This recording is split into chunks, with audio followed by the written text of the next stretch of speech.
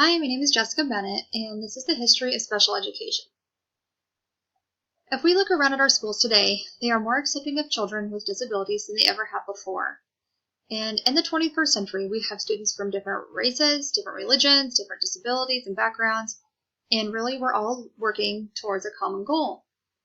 Disabled children are treated with more respect. They're being included in classrooms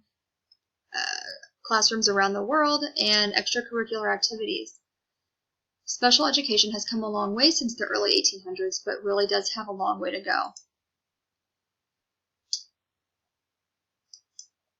The father of special education was Jean-Marc Gaspard Itard, and he was a French physician who had worked with the deaf and was the first to attempt special education. Jean-Marc was famous for his work with the wild child, who had been found in a forest of Auvergne, France. His goal was to rehabilitate the wild boy, who he had later named Victor. Jean-Marc was not able to get him well enough to live on his own, but he was satisfied seeing behavioral changes in his life. Victor lived in an insane asylum, where he was actually not insane, but he was just uneducated and left to his own device in this forest. So Victor was actually the first to individualize an education plan. During the 1800s, there were a lot of steps towards understanding the disabled. And early psychologists had many different theories for treatment for the feeble-minded, and the children were no exception. In England, schools for the so-called idiots began to open, and there wasn't very much interest because most children in the 1800s received no formal type of education, and those who could afford private pay sent their children there to live out the rest of their life. There was a considerable reluctance, however, opening these classes or these schools because by, I think it was 1903, only 133 out of 337 educated authorities were using their powers. But in 1914, educating disabled children became an actual duty. Here we say that there was a pupil of Itard's. He had founded a school in Paris, and it was a school for idiots that launched in 1937. And in 1846, the first private school for mental defectives in England was opened. So I thought that was really interesting that they had schools for idiots. And the 1967 Idiots Act was passed, and it was decided that harmless paupers of the chronic or imbecile class were not the responsibility of a workhouse. And workhouses are where children were commonly sent because their parents couldn't afford to keep them. One of the other things that Sequin was, he was fascinated by children with Down syndrome because of their primal looks. Maria Montessori, she was a fascinating woman, and she was an Italian doctor and educator, and she was actually the first woman doctor of her country. She had specialized in human beings due to her vast knowledge in biology, psychology, physiology, and she was the first to visit some of these asylums where she had found that they were disabled children were dropped off and abandoned. And like I said before, this was just a common practice for families back in the 1800s because their families couldn't afford to pay for them. Maria worked with Jean-Marc in discovering a sensitive moment in which those were signals the child was ready to reach a new learning level. Maria was really big on teaching in a manner that allowed the children to learn at their own pace. Maria had developed manipulatives that are actually still used in today's special education classrooms.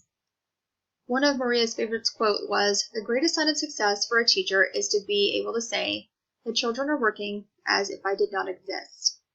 And my current job right now as a daycare provider, I can find that relatable just because I know that when the kids are being quiet and they're actually doing things on their own, it makes me feel good that I've taught them the way that they should be learning.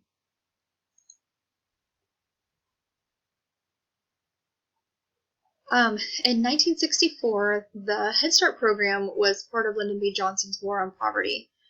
President Johnson realized that there was a problem against the disadvantaged groups, and he thought that Head Start program would help break up this cycle of poverty that had been going on. It provided preschool for children with low-income families. And together with Sergeant Shriver, director of the Office of Economics Opportunity, he helped develop a program for these Head Start programs.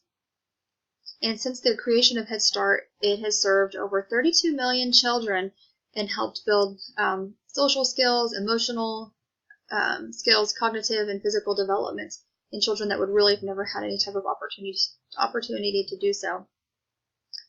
On the 50th anniversary of Head Start, President Obama said, "For millions of families, Head Start has been a lifeline, and for millions of kids, it has been the start of a better life."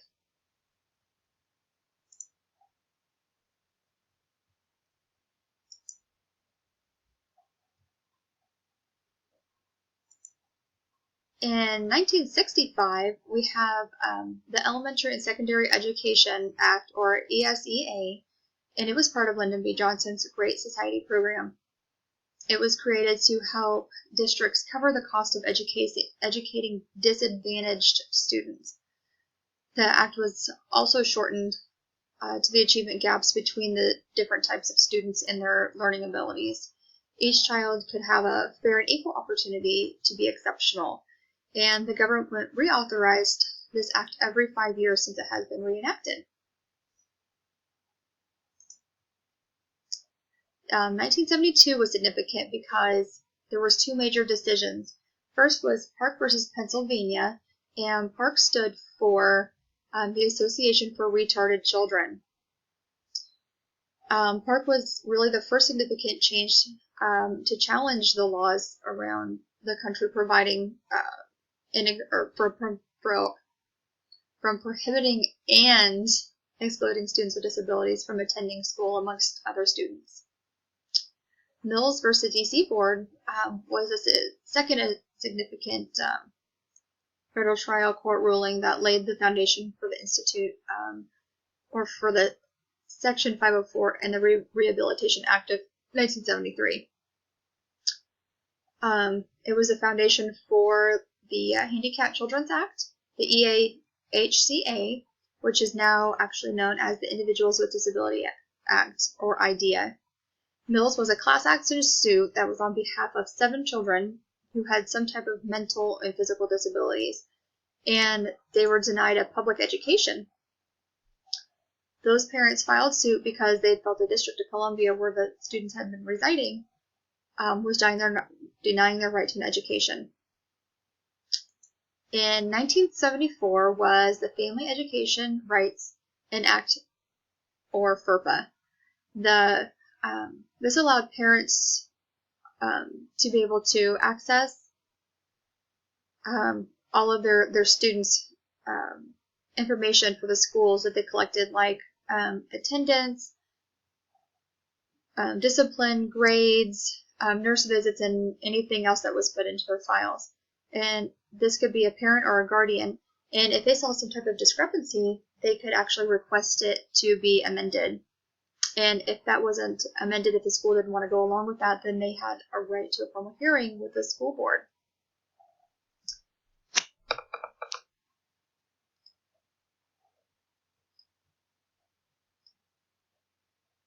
In 1975, the Education for All Handicapped Children Act, or EACHA, was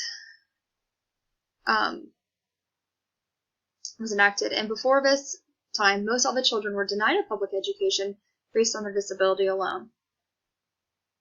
They were segregated from other students in the classroom because they didn't want the disabled children to distract them from their learning. Soon, the Supreme Court had mandated the schools and all the districts to allow children with disabilities to be educated along with the other students.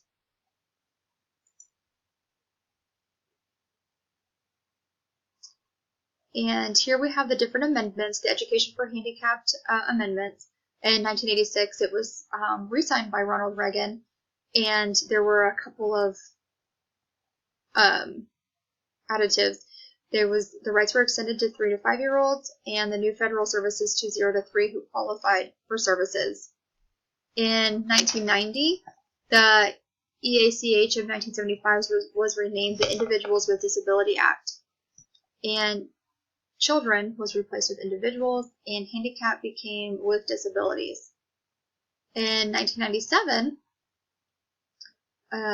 they added provisions governing problem behavior. The IEP was reconstructed, and there was a substantial change in emphasis on the time spent with children with disabilities in the general classroom.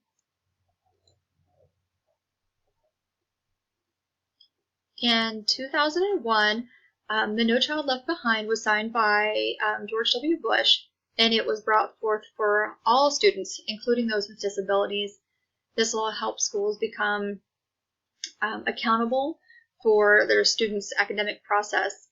And the schools had to become less lax and actually more academically competitive with other countries. President Bush said that all schools had to bring students to a proficient learning level by 2000 and 2014 learning or school year, and if they hadn't, they may lose the Title I funding and other sanctions.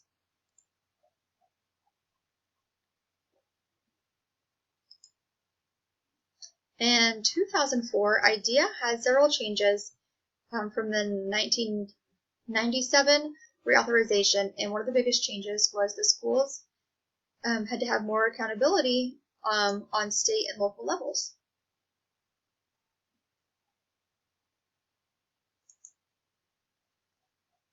In 2015,